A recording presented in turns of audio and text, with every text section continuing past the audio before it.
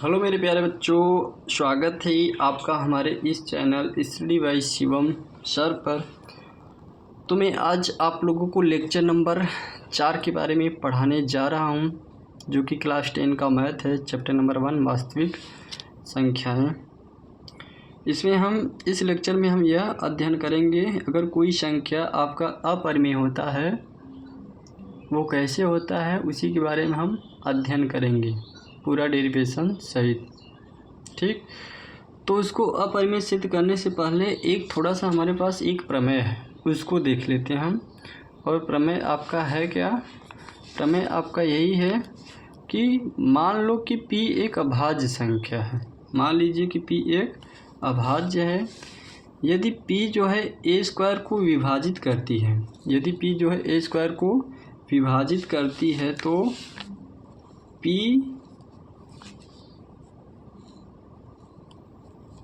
a को भी क्या करेगा? विभाजित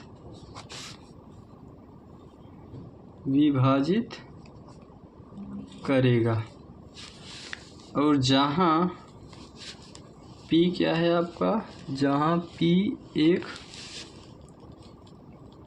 धनात्मक पूर्णांक है। धनात्मक पूर्णांक उसे बोलते हैं जैसे कि हो गया आपका पूरा अंक, 1 हो गया, 2 हो गया, 3 हो गया, 4 हो गया, 5 हो गया, सब धनात्मक पूर्णांक के अंतर्गत आते हैं।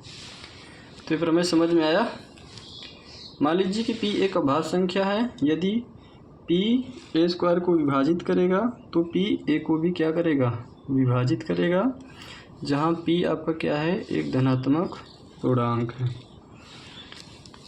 कुछ ले लेते हैं। मान लीजिए a स्क्वायर को कौन विभाजित कर रहा है? p। a स्क्वायर को कौन विभाजित कर रहा है? p। प्रमेय हमारा यही है, यदि a स्क्वायर को p विभाजित कर रहा है तो आपका a को भी p विभाजित करेगा। इस प्रमेय का कहने का मतलब यही है। जैसे हमने ले लिया कुछ एग्जाम्पल, BC ले लिया। 20 हमारा धनात्मक पूर्णांक है और 5 एक हमने ले लिया अभाज्य, क्योंकि जो p बोला था वो अभाज्य और जो a बोला है वो धनात्मक पूर्णांक। अब ज़रा 20 का स्क्वायर करिए, 400 मिलेगा 5। अब 400 को हम 5 से डिवाइड करेंगे, विभाजित करेंगे, तो हमको क्या मिलेगा? 5 8 40 40। अब देखिए 20 का स्क्वायर जो है, 20 स्क्वायर को 5 विभाजित किया तो क्या आया? 80 आया। क्या यही 20 को 5 विभाजित नहीं करेगा? क्यों नहीं करेगा? करेगा तो क्या आएगा? 10 आएगा। यही आपका प्रमेय था। अगर ये प्रमेय आपको समझ में आ गया तो आगे का जो क्वेश्चन हम बताएंगे वो आप लोगों को निश्चित तौर पर समझ में आएगा। तो चलिए हम देख लेते हैं। हमने देख क्या लिया? एक क्वेश्चन है। क्वेश्चन क्या है कि सिद्ध कीजिए कि करड़ी में 2, सिद्ध कीजिए कि करड़ी में जो 2 है वह आपका एक अपरिमेय संख्या है। सिद्ध कीजिए कि करड़ी में 2 एक अपरिमेय संख्या है। तो चलिए इसका हम प्रूफ देख लेते हैं बच्चों। प्रूफ, अब ये अपरिमेय संख्या है ये तो हम लोग जानते ही हैं, अब इसको सिद्ध करके हमको दिखाना है। तो इस टाइप के क्वेश्चन को सिद्ध करने के लिए हम क्या करते हैं? इस कथन का एक विरोधाभास कथन ले लेते हैं। अब ये √2 एक अपरिमेय संख्या है, तो हम मान कर चलेंगे कि √2 जो है वो परिमेय संख्या है। तो हमने मान लिया, माना √2 एक परिमेय संख्या है। और जब √2 एक परिमेय संख्या है मान लिया हमने, तो परिमेय संख्या का डिफिनीशन ही होता है वो संख्या जो p/q के रूप की होती है उसे हम परिमेय संख्या बोलते हैं। और जब हमने इसको √2 को परिमेय संख्या माना तो √2 आपका p/q के रूप की होगी। और p/q में जो आपका q है वो 0 के बराबर नहीं होता, और यहाँ पे p व q एक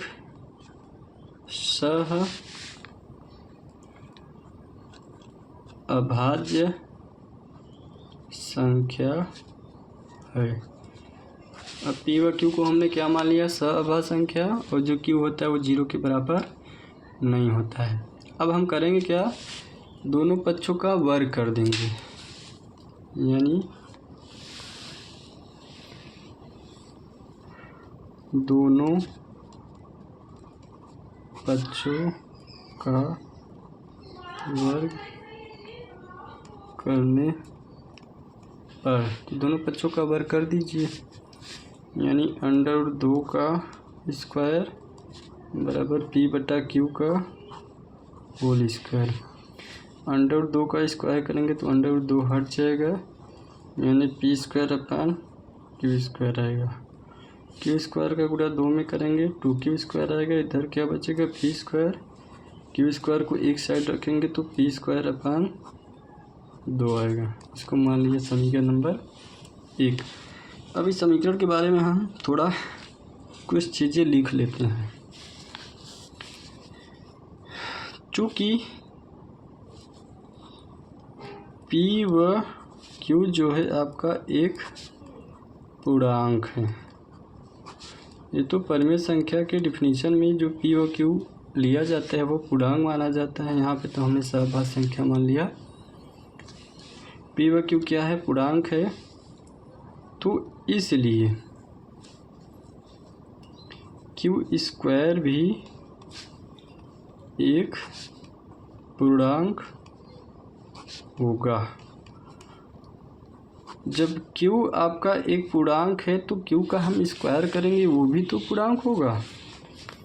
इसलिए अब Q स्क्वायर के बराबर क्या है, पी स्क्वायर अपान 2। इसलिए पी स्क्वायर जो है आपका 2 से भाज्य होगा। जब पी स्क्वायर आपका 2 से भाज्य है तो इसलिए पी भी तो 2 से भाज्य होगा। अभी यही प्रमेय आपको इसके पहले हमने बताया था, होगा। जब पी 2 जो है पी को भाज्य करेगा तो कुछ वैल्यू आएगा, यानी हमने मान लिया पी बटा 2 इक्वल टू क्या आया, K1। इसको हमने मान लिया, यानी P बराबर क्या आया, 2K1।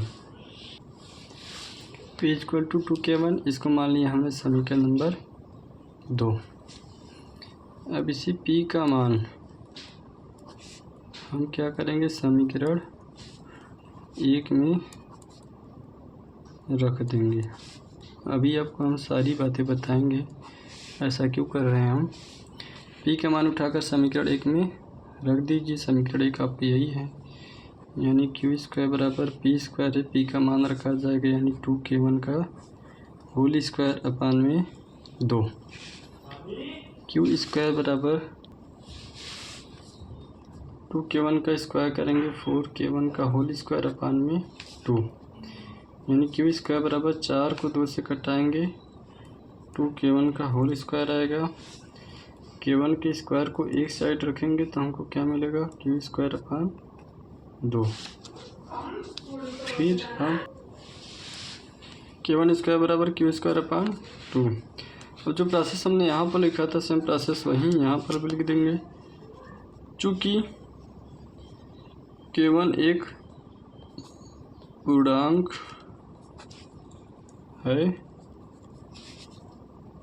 इसलिए K1 का स्क्वायर भी एक पूर्णांक होगा।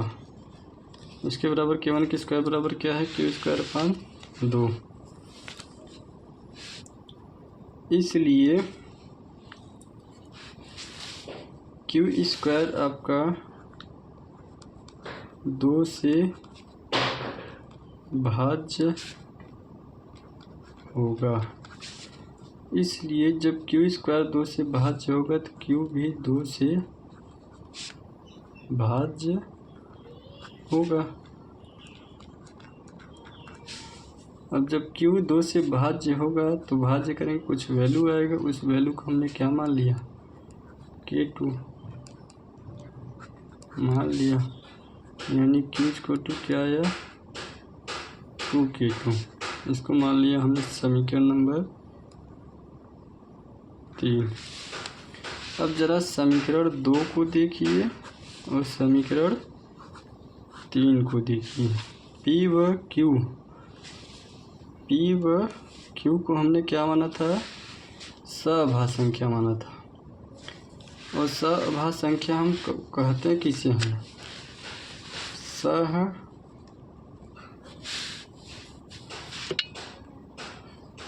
अभाज्य संख्या,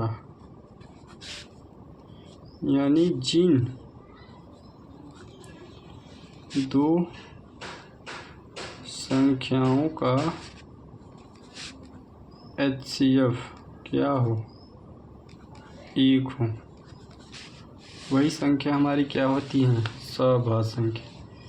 यानी ऐसी दो संख्या जिसका हम HCF निकाले मास एक आए तभी वह संख्या आपका सभाज्य माना जाएगा, नहीं तो नहीं। जैसे ले लो, एक हमने 12 ले लिया और एक हमने 15 ले लिया। 12 का गुणनखंड निकाला तो 2 गुणे 3 पाया, 15 को निकाला, 15 नहीं ले सकते, 15 की जगह हम ले लेते हैं 17। 17 का गुणनखंड निकालेंगे तो 1 गुणे क्या मिलेगा, 17। अब इसका HCF निकालेंगे किसका, 12 और 17 का, तो क्या मिलेगा, कुछ भी संख्या कॉमन नहीं है, इसलिए हमेशा एक कॉमन रहता ही है। यानी इस प्रकार 12 और 17 हमारा क्या है, सभाज्य संख्या है। क्यों, क्योंकि इसका HCF क्या आया, 1। वैसे P व Q को हमने क्या माना था, सभाज्य संख्या। सभाज्य संख्या हम जिन दो संख्याओं का HCF 1 है उसे सभाज्य संख्या कहते हैं। जरा 2 को देखिए और 3 को देखिए। यहाँ पे उभयनिष्ठ गुणनखंड 2 मिला, यहाँ पर भी गुणनखंड 2 मिला, और 2 P व Q का हम HCF निकालेंगे तो 2 मिलेगा, और P व Q को हमने माना क्या था, सभाज्य संख्या। अतः इसी से हमको यह पता चलता है कि ये हमारा कथन जो है, जो हमने मान कर चला था, वह कथन गलत है। तो नीचे लिख दीजिए यहाँ पर, समीकरण 2 व 3 से स्पष्ट है कि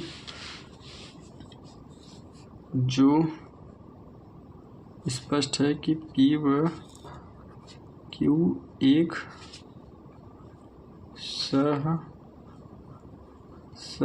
अभाज्य संख्या नहीं, सभाज्य संख्या नहीं है। अतः यह हमारे पूर्व कथन का विरोधाभास हुआ। अतः हमारे पूर्व कथन का विरोधाभास है। अतः हमारी पूर्व कल्पना गलत है।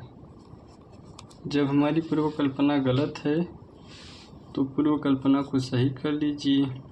अतः कड़ी में 2 एक अपरिमेय संख्या है। ठीक, एक बार देख लीजिए अच्छे से इसको, एक बार नहीं, 2 बार नहीं, 3 बार देखकर प्रैक्टिस करेंगे तभी यह आपके दिमाग में घुसेगा। ठीक, एक एग्जाम्पल हम और देख लेते हैं। जैसे हमने √2 को लिया, ऐसे ही ले लेते हैं क्या, एक एग्जाम्पल 9, जो कि क्या है, कड़ी में 3 है।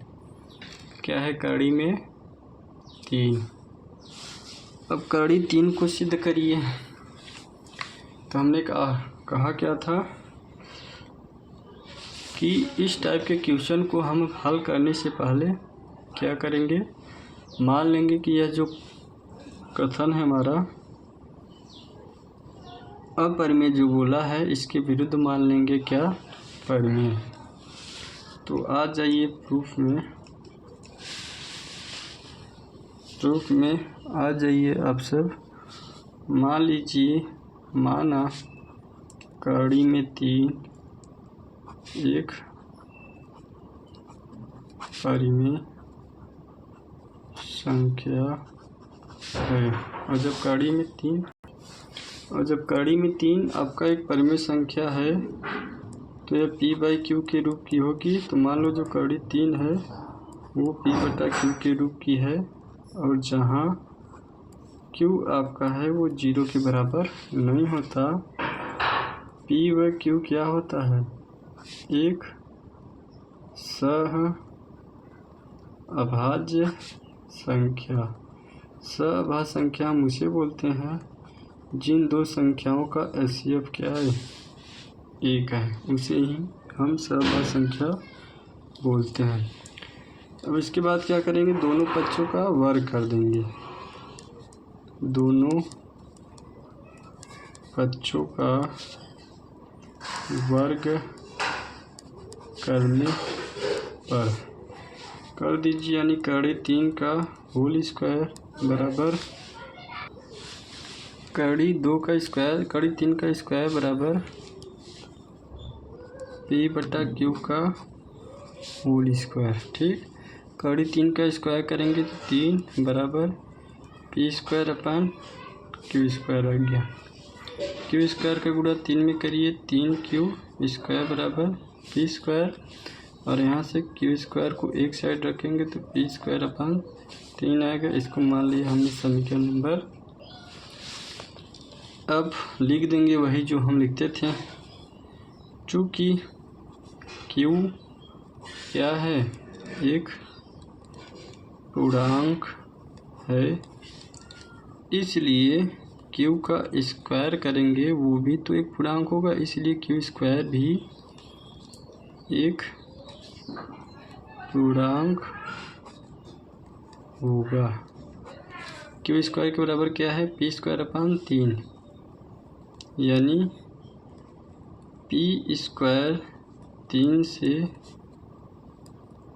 भाज्य होगा।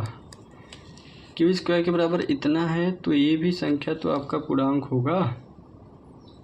जब ये पूर्णांक कब होगा, जब p² 3 से भाज्य होगा, तो इसलिए p भी तो आपका 3 से भाज्य होगा।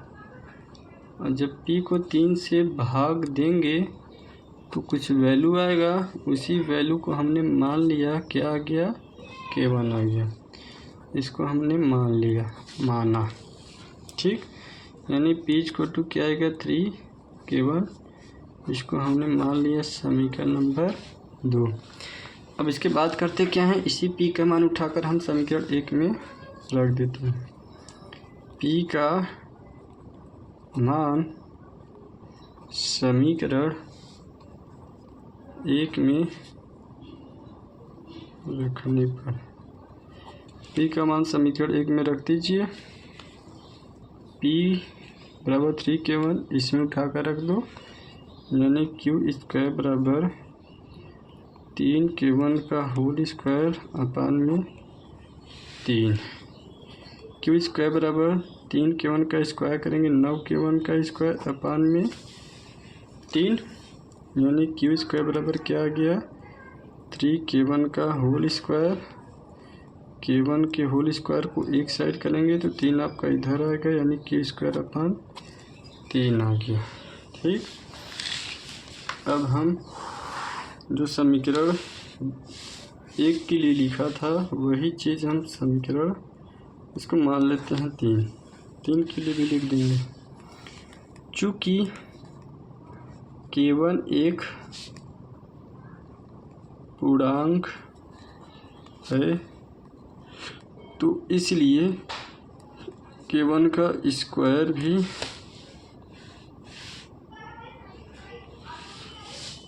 भी एक पूर्णांक होगा। और जब k1 का स्क्वायर पूर्णांक है तो इसके बराबर जो है वो भी पूर्णांक होगा। q स्क्वायर 3 का मतलब यही है, इसलिए q स्क्वायर आपका 3 से भाज्य होगा। जब भाज्य होगा तभी तो आपका पूर्णांक आएगा। अब जब q स्क्वायर आपका 3 से भाज्य है तो q भी 3 से भाज्य होगा। एक प्रमेय हमने पहले बता दिया था। और जब q 3 से भाज्य होगा तो कुछ वैल्यू आएगा, वही भाग करने के बाद हमने मान लिया क्या, k2 आ गया, इसको हमने मान लिया। अब q इक्वल टू क्या आएगा, 3k2, इसको मान लिया समीकरण नंबर 4। अब इसमें देखो समीकरण 3 बना था, इसमें 4 बन गया, तो इसमें हड़बड़ाने की बात नहीं है। अब ज़रा समीकरण 2 को देखिए और 4 को देखिए। समीकरण 2 में हमारा 3 आया, समीकरण 4 में हमारा भी 3 आया, यानी p व q का जब हम HCF निकालेंगे तो क्या मिलेगा हमको, 3। यहाँ पर हमने क्या माना था, सहभाज्य संख्या p व q को, और सहभाज्य संख्या उसे ही बोलते हैं जिसका HCF क्या है, 1। लेकिन यहाँ पे HCF p व q में क्या आ गया, 3। अतः यह संख्या हमारा सहभाज्य संख्या नहीं है। अतः हमारे पूर्व कथन का क्या हुआ, विरोधाभास हुआ। तो हमारा कड़ी 3 क्या होगा, एक अपरिमेय होगा, यह लिख दो। अतः समीकरण 2 व 4 से स्पष्ट है कि p व q एक पूर्णांक है। p व q एक सह अभाज्य संख्या नहीं है। अतः यह हमारे पूर्व कथन का विरोधाभास है। जब विरोधाभास है तो हमारी पूर्व कल्पना क्या हुई, अतः हमारी पूर्व कल्पना गलत है। अतः जब पूर्व कल्पना गलत है तो इसको सही कर लो। अतः √3 एक अपरिमेय संख्या है। ठीक, समझ में आया आप सभी लोगों को। एक बार हम इस क्वेश्चन के बारे में और अध्ययन कर लेते हैं।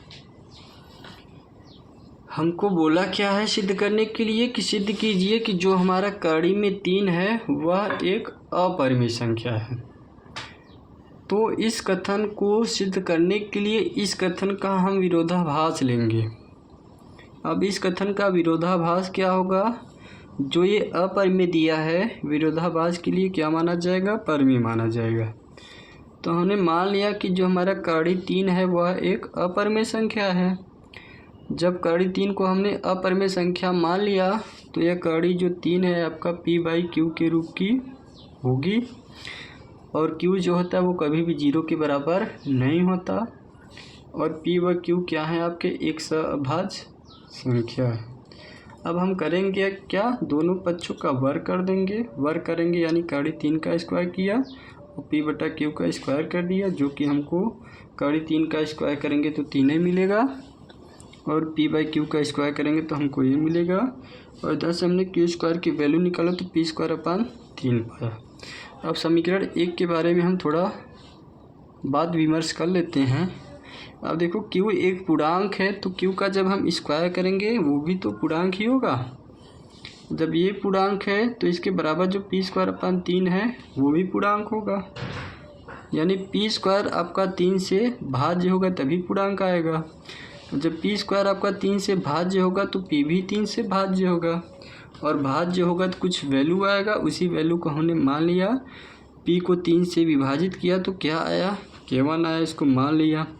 p को एक साइड रखा तो क्या पाया, 3, K1 पाया, इसको दे दिया समीकरण नंबर 2। अब इसी P का मान हमने समीकरण 1 में उठाकर रख दिया, तो क्या पाया, Q² बराबर P का मान रखा तो 3K1 का होल स्क्वायर अपान 3 पाया। 3K1 का स्क्वायर करेंगे तो 9K1 का स्क्वायर अपान 3 पाएंगे। 9 को 3 से कटाएंगे तो 3 आएगा। अब K1 स्क्वायर को एक साइड रखेंगे तो क्या मिलेगा हमको, Q² अपान 3। अब जैसा हमने समीकरण 1 के लिए लिखा तो वही समीकरण हम 3 के लिए भी लिख देंगे। चूँकि K1 जो है आपका एक पूर्णांक है, तो K1 का स्क्वायर करेंगे तो वो भी तो पूर्णांक ही होगा। अब जब K1 स्क्वायर आपका पूर्णांक है तो K1 स्क्वायर के बराबर जो है वो भी पूर्णांक होगा। ये इस टाइप का लिखने का मतलब Q² आपका 3 से भाज्य होगा तभी पूर्णांक आएगा, और जब Q² आपका 3 से भाज्य है तो Q भी तो 3 से भाज्य होगा, और जब भाज्य होगा तो कुछ वैल्यू आएगा। उसी वैल्यू को हमने क्या मान लिया, K2 मान लिया, यानी Q की वैल्यू निकाला तो 3K2 पाया। इसको दे दिया समीकरण नंबर 4। अब जरा समीकरण 2 को देखो और समीकरण 4 को देखो। समीकरण 2 व 4 को ध्यान से देखेंगे तो 3 आपका इसमें भी है और 3 आपका इसमें भी है। इस प्रकार हम P व Q का अगर हम मास निकालेंगे, HCF निकालेंगे तो हमको 3 मिलेगा। और यहाँ पे स्टार्टिंग में हमने P व Q को क्या माना था, सअभाज्य संख्या माना था। और सअभाज्य संख्या हम उसे कहते हैं जिन दो संख्याओं का HCF क्या आता है, 1। इस प्रकार जो हमारा माना हुआ कथन है ऊपर, वह समीकरण 2 व 4 के कारण क्या हुआ, गलत हुआ। तो इसी के बारे में लिख दीजिए। समीकरण 2 व 4 से स्पष्ट है कि P व Q एक सअभाज्य संख्या नहीं है। अतः यह हमारे पूर्व कथन का विरोधाभास है। अतः हमारी पूर्व कल्पना गलत है, और जब पूर्व कल्पना गलत है तो √3 क्या होगा, एक अपरिमेय संख्या होगा। ठीक, मुझे उम्मीद है कि आप लोगों को आज का यह लेक्चर 4 भी समझ में आया होगा, बाकियों लेक्चर की तरह। अगर आपको यह सब लेक्चर समझ में आ रहा है, हमारे पढ़ाने का तरीका आपको अच्छा लग रहा है, तो प्लीज़ इस चैनल को, स्टडी बाय शिवम सर के चैनल को ज़्यादा से ज़्यादा बच्चे लोगों के बीच में शेयर करिए, ताकि हमारा भी मनोबल बढ़ा रहे और ज़्यादा से ज़्यादा वीडियो को हम आप लोगों के बीच में ला सकें। धन्यवाद।